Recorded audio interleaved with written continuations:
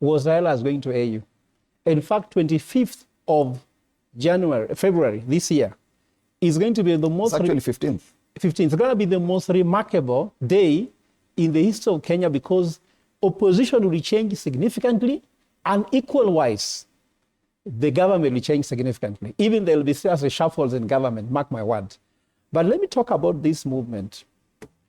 First of all, I agree with you, Senator Joe, absolutely, that it is going to be Ruto versus Kenya.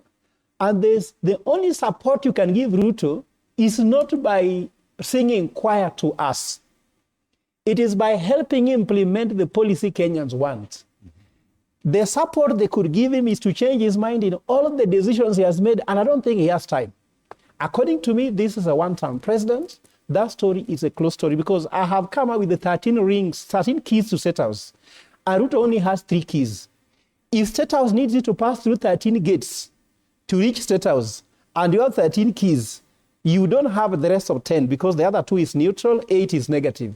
He cannot get to State House because 13 keys are important. There's no time to explain each of them. But should there be another time, I can explain to you exactly the 13 keys to State House, which he has not. He has 3, of course, but 10 are not with him. I want to say that tomorrow, you say you have not seen Joe. Tomorrow, we are going to start revealing the Grand Coalition where all these guys have to come together.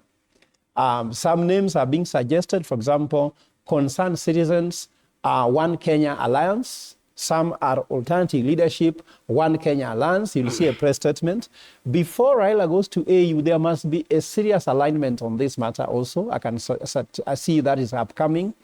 And I want to tell you clearly that 2027 is going to be a very remarkable year because everyone is tired from every tribe. I've told them, don't even care about tribalism because we have said, and I said it when I was in Machakos, in Kenya, we have 2 communities now.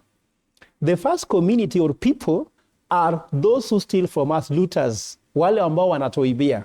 I said it in Machakos, alamekuya, alamekuiwa. In Kikuyu is Atunyo and Atunyani. There is no other tribe. Even Kikuyus cannot be isolated. You cannot afford to isolate anybody. The only person you cannot isolate is Kenya. The only person we're isolating is one William Ruto and his people who are now calling those who are stealing from us because they have stolen everything from us. Adani, name it, Shah, Shiv. We don't want to listen to their story at all. And I'm asking those people on ODM, you are making a grave mistake. By entering in a sinking ship just because there are some bread being given called bread-based, and you have no life vest. The life vest for opposition, which is ODM, is the people.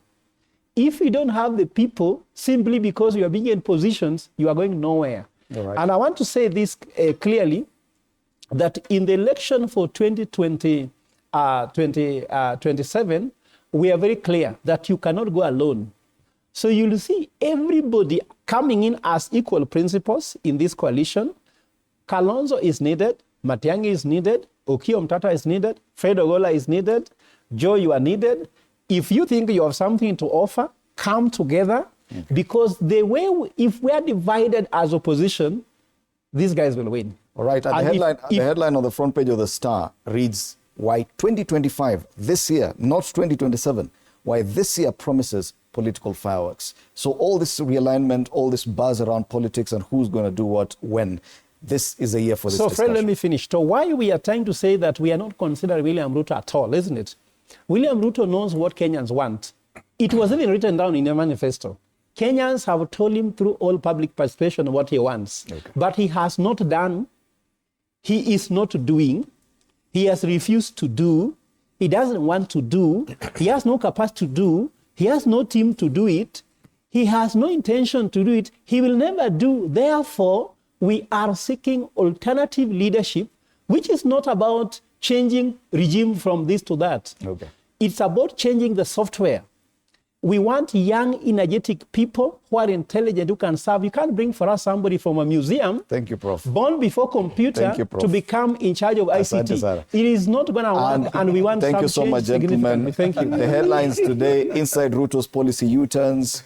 the boundaries wars and getting worse with the AG insisting that we're out of time and should not even consider that conversation, not even about getting an advisory from the Supreme Court. And of course, the Star going with why this year promises political fireworks. Thank you so much, Joe Nyutu, Senator Muranga, Joe Mutambo, former MP Mwingi Central, Daniel Manduku, MP Nyaribari Masaba, and Professor Fred Ogola, a governance and economics expert. Our panelists this morning on State of the Nation right here at TV47.